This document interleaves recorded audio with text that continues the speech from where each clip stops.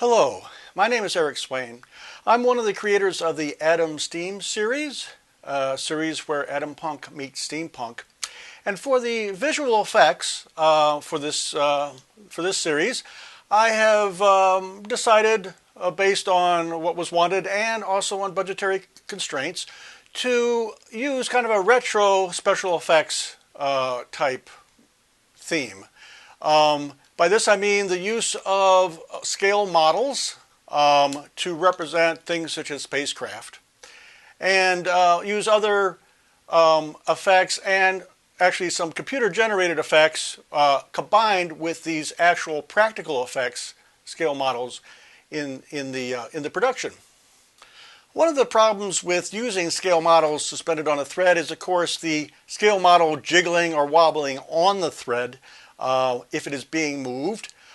We've gotten around this by simply suspending the model from a thread stationary, allowing it to become steady. It does tend to rotate about the thread, which allows us to do a number of effects, including moving the model about once we've gotten it into the CGI world, putting it on a background. So in fact, the rotation of the model simply allows different views as the model in the CGI world is being moved about. This allows us to do our effects in outer space, traveling around, and in fact allows us a relatively smooth movement. One of the effects that has been somewhat difficult with using scale modeling is water. Trying to shoot something that's supposed to be in the ocean or something like that.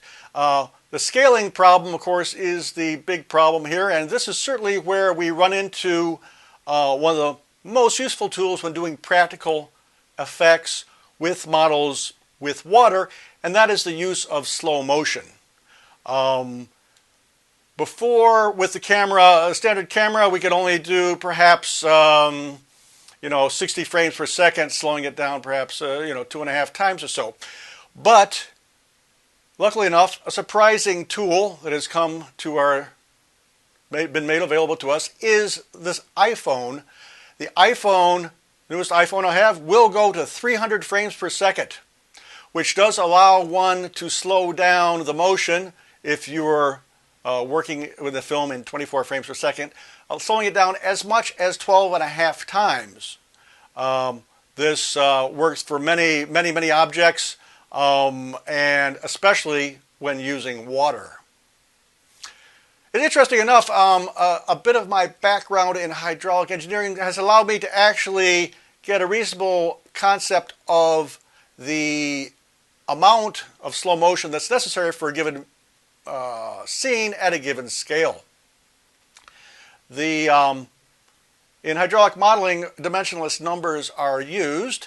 In the case of water, often the ratio of inertial forces to gravity forces, called the Froude number, is used. And this is used when developing, as they used to before computer models, actual scale models of waterways, bays and bayments, San Francisco Bay, Niagara Falls, etc.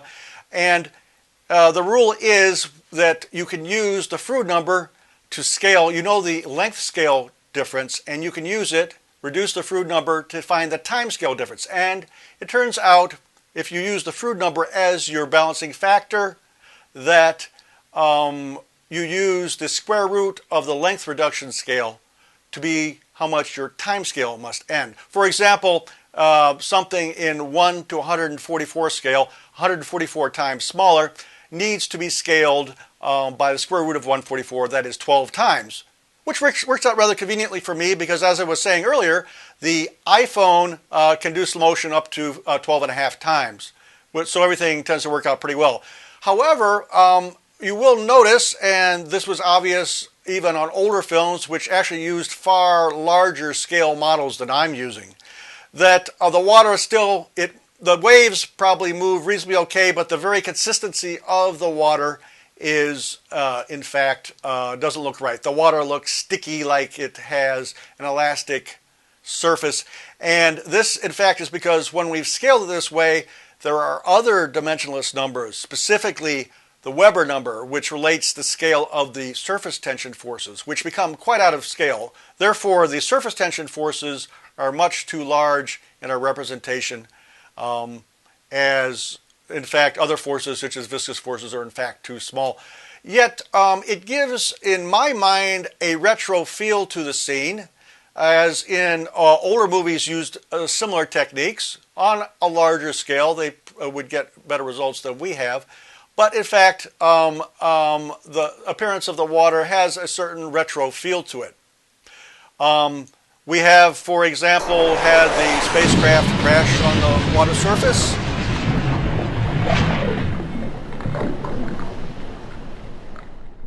We have used the effect for our giant octopus monster we call Leviathan.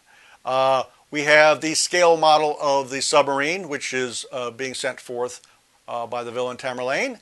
And we have small-scale plastic octopus tentacles, which can be manipulated from underwater by a person's hand.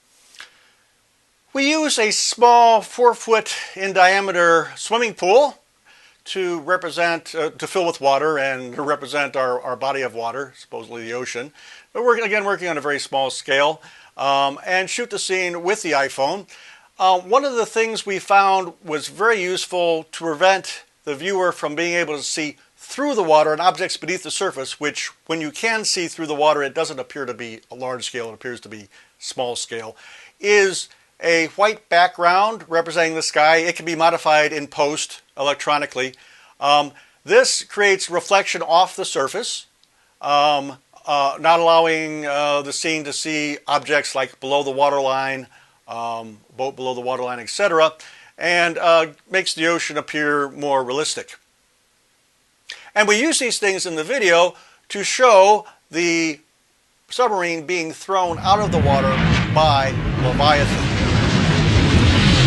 Well, that's just a brief summary of some of the special effects, practical effects, visual effects that we've been doing with the Adams Team series, creating kind of a retro feel, due again to the budget constraints and the such.